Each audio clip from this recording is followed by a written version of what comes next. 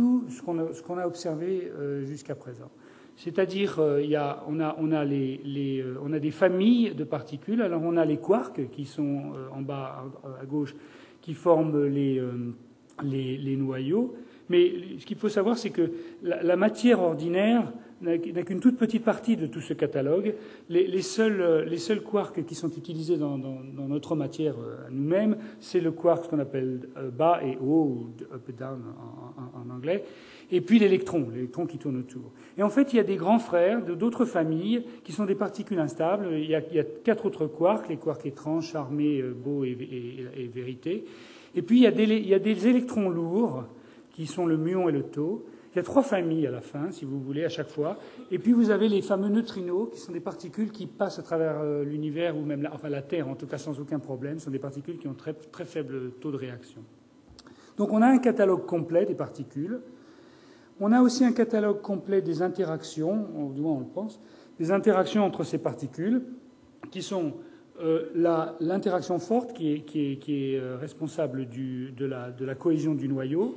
L'interaction électromagnétique, c'est le courant électrique, les aimants, et la lumière, donc en particulier le photon.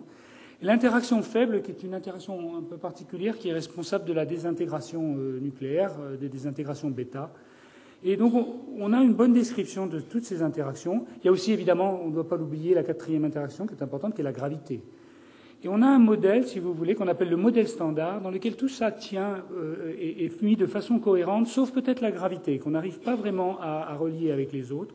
Mais les 3 interactions et les 3 familles de quarks et de leptons fit dans un modèle parfaitement cohérent et qui explique parfaitement tout ce qu'on a observé jusqu'à présent.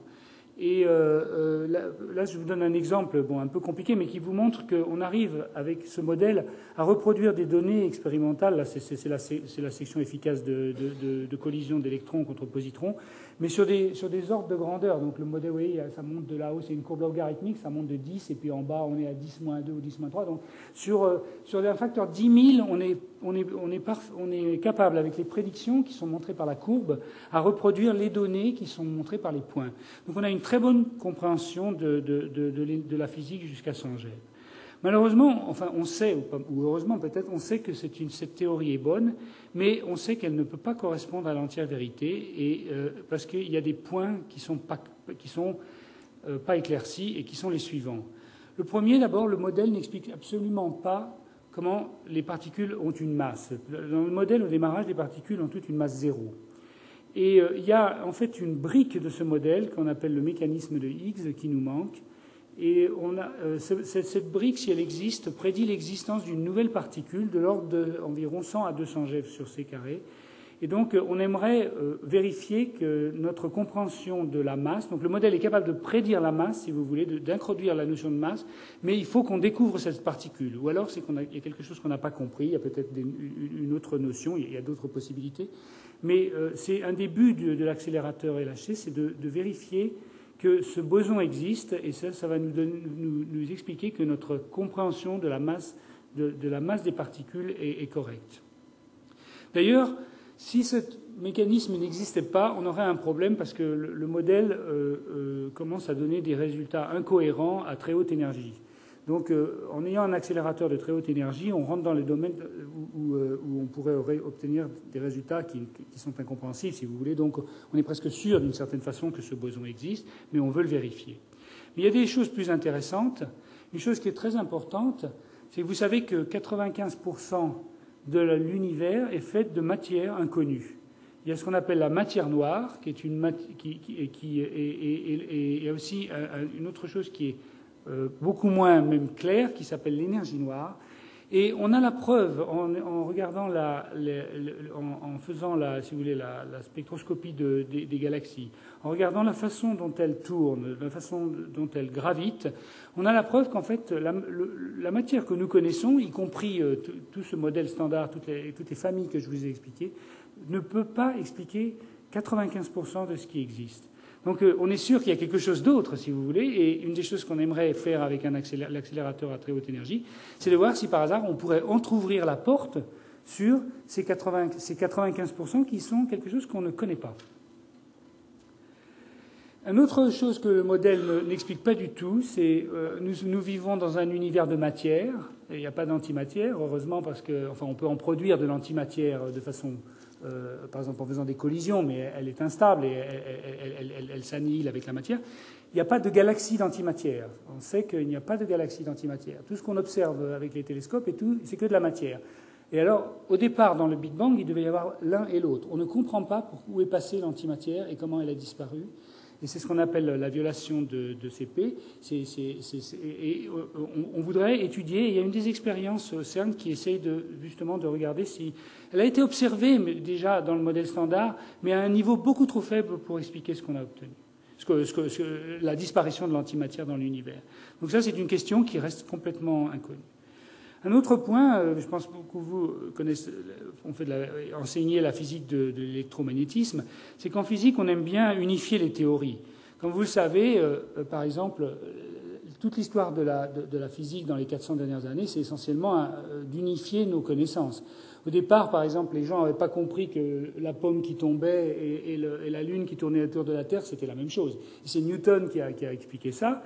Puis Maxwell a réussi à unifier l'électricité et le magnétisme dans l'électromagnétisme.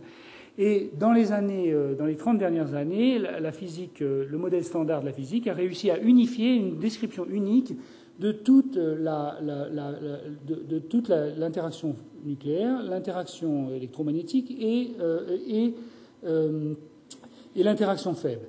Mais en fait, on n'a pas réussi à faire, comme je vous l'ai dit tout à l'heure, véritablement cette unification de présentation avec la gravitation. Et donc, il y a un point, on est presque sûr que la physique est simple à la fin, et il y a comment décrire dans un modèle unique l'ensemble des phénomènes que nous observons reste un point inconnu. Donc, c'est une des choses qu'on aimerait étudier aussi. Donc, là, on a des idées sur cette théorie unifiée. Il y a des idées, par exemple, sur ce qu'on appelle la supersymétrie, qui permettrait d'expliquer mieux la gravitation.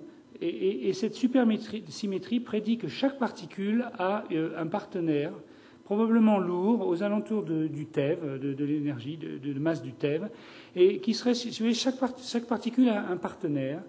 Et une chose qui serait très intéressante, c'est que ce modèle de supersymétrie permettrait à la fois d'expliquer l'unification de toutes les lois de la physique, y compris la gravité, mais aussi il est possible que cette particule supersymétrique soit effectivement la matière noire. Donc c'est un modèle qui est très intéressant parce qu'il nous permettrait à la fois d'expliquer, de réunifier toute la physique et de prédire, de comprendre ce que c'est que ces 95% qu'on ne connaît pas. Et le modèle semble indiquer, alors pour des raisons qui sont un peu compliquées à expliquer, que les particules supersymétriques sont pas loin, à portée de vue, si l'accélérateur est suffisamment énergétique. Donc voilà toutes les motivations qui nous laissent à penser qu'il faut continuer à explorer la matière et à continuer à augmenter l'énergie des accélérateurs. Et les théoriciens nous ont dit que le TeV, quelques TeV, c'est-à-dire environ 10 fois plus que ce qui existe actuellement, c'est la bonne région où il faut étudier. Et donc le CERN a décidé de se lancer dans un programme de recherche qui permet d'atteindre cette énergie et d'essayer de répondre à toutes ces questions. Bon, peut-être la réponse, ce sera qu'on n'a rien compris et qu'on n'aura rien trouvé. Mais enfin, disons qu'on a des bonnes raisons de croire que des choses intéressantes sont juste à portée de main.